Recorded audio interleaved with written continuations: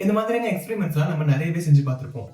Coulomb's லா அப்படின்னா என்னன்றதை பார்க்கறதுக்கு முன்னாடி ஃபர்ஸ்ட் இந்த சார்ஜஸ் அப்படின்னா என்ன, அண்ட் இந்த இடத்துல இந்த பலூன் எப்படி இந்த பேப்பர்ஸை அட்ராக்ட் பண்ணுது அப்படின்றதெல்லாம் ஃபர்ஸ்ட் நீங்க தெரிஞ்சுக்கணும். சார்ஜஸை பொறுத்த வரைக்கும் ரெண்டு விதமான சார்ஜஸ் இருக்கு. ஒன்னு பாசிட்டிவ் சார்ஜ் அண்ட் இன்னொன்னு நெகட்டிவ் சார்ஜ். அண்ட் ஒரு ஆட்டம்ல இருக்கிற எலக்ட்ரான்ஸ் தான் நெகட்டிவ் சார்ஜ் அண்ட் அதுல இருக்கிற புரோட்டான்ஸ் தான் பாசிட்டிவ் சார்ஜ். இந்த பிரபஞ்சத்துல இருக்கிற எல்லாத்துலயுமே பாத்தீங்கன்னா ஆட்டம்ஸ் வந்து இருக்கு. அண்ட் இந்த எலக்ட்ரான்ஸ் அண்ட் புரோட்டான்ஸ் இடையில நேச்சுரலாவே ஒரு ஃபோர்ஸ் இருக்கு. இது வந்து அப்படியே மேக்னெட்டிக் ஃபோர்ஸ் மாதிரி தான். எதிர் சார்ஜஸ் ஒன்னு அட்ராக்ட் பண்ணும் அண்ட் சேம் சார்ஜஸ் ஒன்னு ரிபல் பண்ணும்.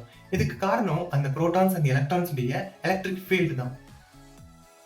ஒரு பொருள் எந்த ஒரு சார்ஜுமே இல்லாம நியூட்ரலா இருக்கு அப்படின்னு நம்ம எதை சொல்லுவோம்னு பாத்தீங்கன்னா, அந்த ஆப்ஜெக்டுடைய ஆட்டம்ஸ்ல இருக்கிற எலக்ட்ரான்ஸ் அண்ட் புரோட்டான்ஸ் இது ரெண்டத்தோட எண்ணிக்கையும் சமமா இருந்துச்சு அப்படின்னா அந்த ஆப்ஜெக்ட் நியூட்ரல் ஸ்டேட்ல இருக்கு அப்படின்னு அர்த்தம். அதே இந்த ஆப்ஜெக்டுடைய ஆட்டம்ஸ்ல புரோட்டான்ஸோட எண்ணிக்கையை விட எலக்ட்ரான்ஸோட எண்ணிக்கை அதிகமா இருந்துச்சு அப்படின்னா அந்த ஆப்ஜெக்ட் நெகட்டிவ்லி சார்ஜ்டு.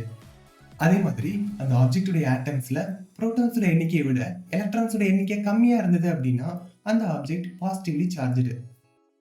இப்போ ஒரு நியூட்ரல் ஸ்டேட்ல இருக்கிற ஒரு பலூனை ஒரு காட்டன் கிளாத் வச்சு ரப் பண்ணும்போது அந்த இடத்துல ஒரு ஃப்ரிக்ஷன் ஏற்படும். ஸோ இந்த ஃப்ரிக்ஷன்னால அந்த கிளாத்ல இருக்கிற எலக்ட்ரான்ஸ் அந்த பலூனுக்கு டிரான்ஸ்ஃபர் ஆகுது. இதுக்கு பேரு ட்ரைபோ எலக்ட்ரிக் எஃபெக்ட். இது ஆக்சுவலா எல்லா மெட்டீரியல்ஸுமே இந்த மாதிரியான எஃபெக்ட் இருக்காது. உதாரணத்துக்கு ஹியூமன் ஹேர் அல்லது காட்டன் கிளாத் இந்த மாதிரியான மெட்டீரியல்ஸ்லாம் பார்த்தீங்கன்னா உராய்வின் போது அதனுடைய ஆட்டம்ஸ்ல இருக்கிற எலக்ட்ரான்ஸை ஈஸியா இழக்கக்கூடிய தன்மையுடையது. ஸோ இந்த தன்மைக்கு பேரு லோ எலக்ட்ரான் அஃபினிட்டி. அண்ட் அதே மாதிரி பலூன் அல்லது ரப்பர் மாதிரியான மெட்டீரியல்ஸ்லாம் பார்த்தீங்கன்னா எலக்ட்ரான்ஸை கெயின் பண்ணக்கூடிய தன்மை உடையது. ஸோ மெட்டீரியல்ஸோட இந்த தன்மைக்கு பேரு ஹை எலக்ட்ரான் அஃபினிட்டி. இங்க நியூட்ரல் ஸ்டேட்ல இருக்கிற இந்த பலூனை ஒரு காட்டன் கிளாத் மூலமா ரப் பண்ணும்போது அந்த காட்டன் கிளாத்ல இருந்த எலக்ட்ரான்ஸ் பலூனுக்கு டிரான்ஸ்ஃபர் ஆகுது. ஸோ இதனால இந்த பலூன்ல புரோட்டான்ஸோட எண்ணிக்கையை விட எலக்ட்ரான்ஸோட எண்ணிக்கை ரொம்பவே அதிகமாகுது. ஸோ இந்த பலூன் நெகட்டிவ்லி சார்ஜ் ஆகுது. அதே மாதிரி இந்த காட்டன் கிளாத் பார்த்தீங்கன்னா இங்க ஃப்ரிக்ஷன் மூலமா நிறைய எலக்ட்ரான்ஸை இழந்துருச்சு. ஸோ இங்க புரோட்டான்ஸோட எண்ணிக்கையை விட எலக்ட்ரான்ஸோட எண்ணிக்கை ரொம்பவே கம்மியாக தான் இருக்கும். அதனால இந்த டவல் இப்போ பாசிட்டிவ்லி சார்ஜ் ஆகுது.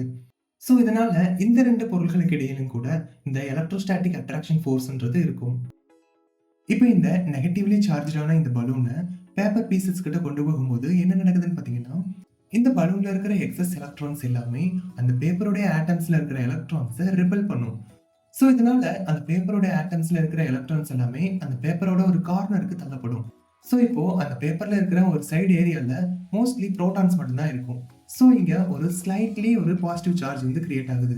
இப்போ இந்த பலூன்ல இருக்கிற நெகட்டிவ் சார்ஜ் அண்ட் அந்த பேப்பர்ல இருக்கிற பாசிட்டிவ் சார்ஜ் இது ரெண்டுமே ஒன்னு அட்ராக்ட் பண்றதுனால இந்த பலூன்ல அந்த பேப்பர் பீசஸ் எல்லாம் போய் ஒட்டிக்குது.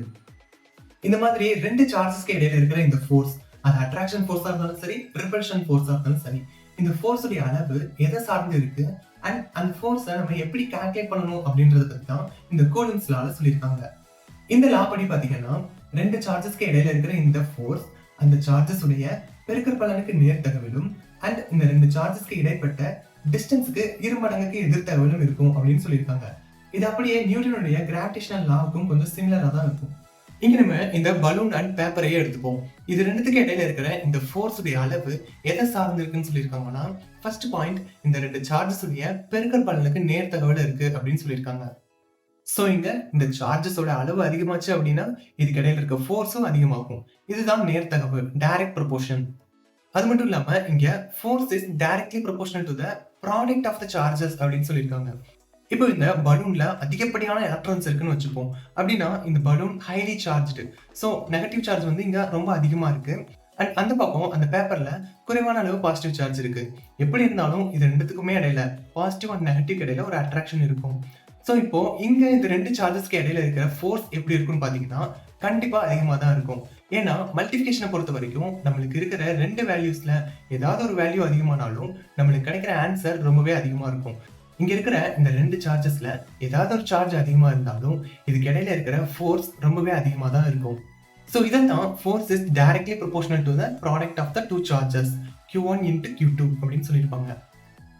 நெக்ஸ்ட் இந்த ஃபோர்ஸ் உடைய அளவு எப்படி இருக்குன்னு சொல்லியிருக்காங்கன்னா, இந்த ரெண்டு சார்ஜஸ்க்கு இடையில இருக்கிற டிஸ்டன்ஸ் உடைய இருமடிக்கு எதிர்த்தகவில் இருக்கும் அப்படின்னு சொல்லியிருக்காங்க. இங்க இந்த சார்ஜஸ்க்கு இடையில இருக்கிற டிஸ்டன்ஸ் குறைவா இருக்கும்போது இதனுடைய ஃபோர்ஸ் வந்து அதிகமா இருக்கு. அதே மாதிரி இந்த சார்ஜஸ்க்கு இடையில இருக்கிற டிஸ்டன்ஸ் அதிகமாகும் போது இதனுடைய ஃபோர்ஸ் குறையுது. ஸோ இங்க இந்த ஃபோர்ஸ் அண்ட் டிஸ்டன்ஸ் இது ரெண்டுமே பாத்தீங்கன்னா ஆப்போசிட்டா இருக்கு. ஸோ இதுக்கு பேர் தான் இன்வெர்ஸ்லி ப்ரொபோர்ஷனல், எதிர்த்தகவு. ஓகேவா? அண்ட் இந்த ஃபோர்ஸ் இந்த டிஸ்டன்ஸ்லயே இருமடிக்கு எதிர்த்தகவா இருக்கு அப்படின்னு சொல்லியிருக்காங்க. இதுக்கு என்ன அர்த்தம்னு பாத்தீங்கன்னா, உதாரணத்துக்கு இப்போ இந்த ரெண்டு சார்ஜஸ்க்கு இடையில இருக்கிற டிஸ்டன்ஸ் உடைய அளவு 0.2 மீட்டர் அப்படின்னு வச்சுப்போம். இப்போ இந்த இடத்துல இதனுடைய ஃபோர்ஸ் வந்து பாத்தீங்கன்னா 100% இருக்கிறதா வச்சுப்போம். இப்போ இந்த டிஸ்டன்ஸ் நம்ம டபுள் பண்ணுவோம்.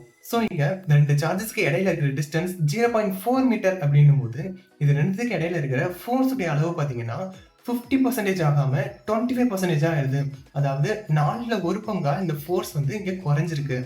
எதனால இந்த ஃபோர்ஸ் இந்த டிஸ்டன்ஸ் உடைய இருமடி வீதத்துல குறையுது அப்படின்றது இன்னும் உங்களுக்கு புரியல அப்படின்னா, நியூட்டனுடைய இன்வெர்ஸ் ஸ்கொயர் லா அப்படின்னா என்னன்றது நீங்க தெரிஞ்சுக்கணும். ஸோ அதை பத்தின வீடியோ என்னோட சேனல்ல இருக்கு, மறக்காம தான் செக் பண்ணிட்டு வாங்க. So the force is inversely proportional to the square of the distance. இங்க inverse proportionalன்றதுனால இது நம்ம வந்து 1/r squared அப்படின்னு எழுதணும். இப்போ நம்ம பார்த்த இந்த ரெண்டு தியரியுமே ஒரு ஃபார்முலாவா பில்ட் பண்ணலாம். Force proportional to Q1 Q2 by r squared அப்படின்னு வரும். இப்போ நம்ம இந்த ஃபோர்ஸோட வேல்யூவை கால்குலேட் பண்ணணும் அப்படின்னா இங்க இருக்கிற இந்த ப்ரொபோர்ஷனாலிட்டி சைனை ஈக்குவல் சைனா மாத்தி ஆகணும். ஸோ இதுக்காக ஒரு கான்ஸ்டன்ட்டை இங்க ஆட் பண்ணி ஆகணும். இதுக்காக இந்த இடத்துல லெட்டர் K அப்படின்ற ஒரு கான்ஸ்டன்ட்டை ஆட் பண்ணியிருக்காங்க. இதுதான் கூலம்ஸ் கான்ஸ்டன்ட். இந்த கான்ஸ்டன்ட் K உடைய வேல்யூவை கால்குலேட் பண்றதுக்காக டார்சன் பேலன்ஸ் அப்படின்ற ஒரு எக்ஸ்பெரிமெண்ட் ஒன்று மேக் பண்ணி அது மூலமா அப்ராக்சிமேட்டா இந்த K ஓட வேல்யூ என்னன்றதை கண்டுபிடிச்சிருக்காங்க. இப்போ நம்மளுக்கு கிடைச்சிருக்க இந்த ஃபார்முலா மூலமா ரெண்டு சார்ஜஸ்க்கு இடையில இருக்கிற ஃபோர்ஸ் உடைய அளவு என்னன்றதை நம்மளால ஈஸியா கால்குலேட் பண்ண முடியும்.